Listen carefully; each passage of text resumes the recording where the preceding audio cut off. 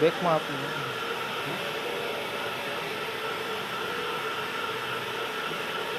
ND block હોય છે open થઈ જાય.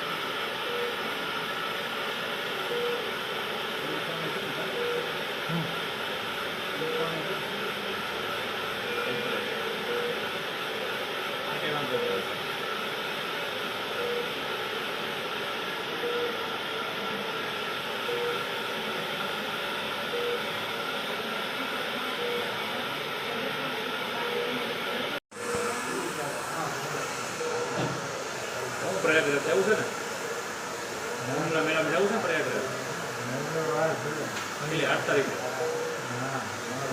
હવે મને લઈ જજો આપણે જવું છે બે જ જોઈએ. હવે એની ટિકિટ બુકિંગ થઈ ગઈ. ટિકિટ બુક થઈ ગઈ તો વાત કરાય છે પછી કાંઈક આજ 5 થઈ 5 થી 3 થી પછી ને કાં તો રેડી કરી દે હાલો બસ આપું એ હાલો કઈ પ્રોબ્લેમ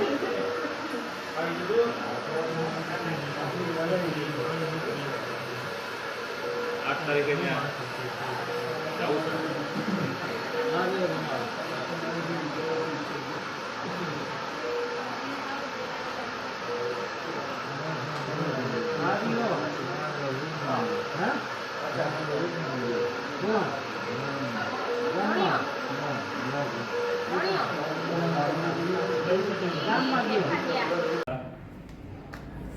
બાપા તમારું નામ અને ગામ કયો? મારું ગામ ઘોસડી, હા.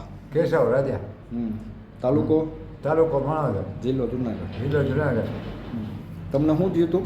મને પેટને હુમલો આવ્યો હતો. આ હુમલે આ મશીનથી સારું છે મને. કયું મશીન? ક્યાં? આ જો મશીનથી? હવે છે ને ના હું તમને કહું, બાપાને છે ને પેરાલિસિસનો એટેક આવ્યો હતો અને 5 તારીખે આવ્યો હતો બરાબર, 2 દી પહેલાં 5 તારીખે પેરાલિસિસ એટેક આવ્યો હતો 3:30 વાગે. 3:30 વાગે એટેક આવ્યો હતો. હવે ત્યાંથી તાત્કાલિક એને દવાખાને 4 વાગે દાખલ કર્યા અડધી કલાકમાં.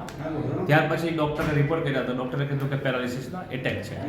અને ત્યારબાદ મારો કોન્ટેક્ટ થયો, મારા મિત્ર છે રાયસીભાઈના પપ્પા છે, એટલે 6 વાગે 6:19 અમે ટ્રીટમેન્ટ ચાલુ કરી. તો 6:19 અમે જે ટ્રીટમેન્ટ ચાલુ કરી ત્યારે જે પરિસ્થિતિ હતી, કેમ કે ડૉક્ટર મારી સામે ચેક કર્યું, રિપોર્ટ કર્યા, તો ત્યારે એને પગમાં બોલપેન લગાવીને પણ એને ચેક કર્યું કે શું છે. બાપાને નામ બોલાવ્યું તો બાપા નામ ન બોલી શક્યા, મોઢું નહોતા હલાવતા. ટૂંકમાં બેભાન જેવી પરિસ્થિતિમાં હતા, ઓક્સિજન ઉપર હતા. ડૉક્ટરની પરમિશન લઈને આપણે થેરાપી ચાલુ કરી. આ ટેરાસ ફ્રીક્વન્સી છે, પ્રાઇસ કંપનીનું આ પ્રો ડિવાઇસ છે. આ ડિવાઇસથી થેરાપી દેવાનું ચાલુ કર્યું. 1 કલાક થેરાપી એવી હતી. 30 જ મિનિટની અંદર દાદા ઊભા થઈ ગયા. ઊભા થઈને છે ને એને ચા માંગી, પાણી માંગ્યું અને પછી એને ચીકુ શેક પણ પાયું અને હાથમાં લઈને પીધું હતું. તો એ પણ વિડીયો આગળનો મારી પાસે વિડીયો છે. તો આ પરિણામ છે. તો તમને શેનાથી સારું થયું? હા, મશીન છે. મશીનથી કમ્પ્લીટ થઈ ગયું. અત્યારે જો આ ત્રીજો દિવસ છે, ઓકે છે. બીજે દિવસે MRI રિપોર્ટ કર્યા તો એ રિપોર્ટ પણ બધા નીલ હતા, કોઈ પણ જાતનો કંઈ પ્રોબ્લેમ નથી.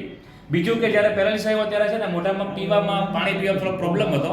તો એ પણ થેરાપીમાં પછી 2 કલાક પછી રાત્રે 12 વાગે ચીકુ શેકનો આખો ગ્લાસ પીધો, એક પણ ટીપું પડ્યું નહોતું અને કમ્પ્લીટ છે ને એ પીવા માંડ્યા. તો મિત્રો આવા રિઝલ્ટ છે આના. એટલે કે આ ટેરાસ ફ્રીક્વન્સી છે ને, આ ફ્રીક્વન્સી નું કામ શું છે તો બ્લડ વેસલ્સ ઉપર કામ કરવાનું અને શરીરના સેલ ઉપર કામ કરવાનું.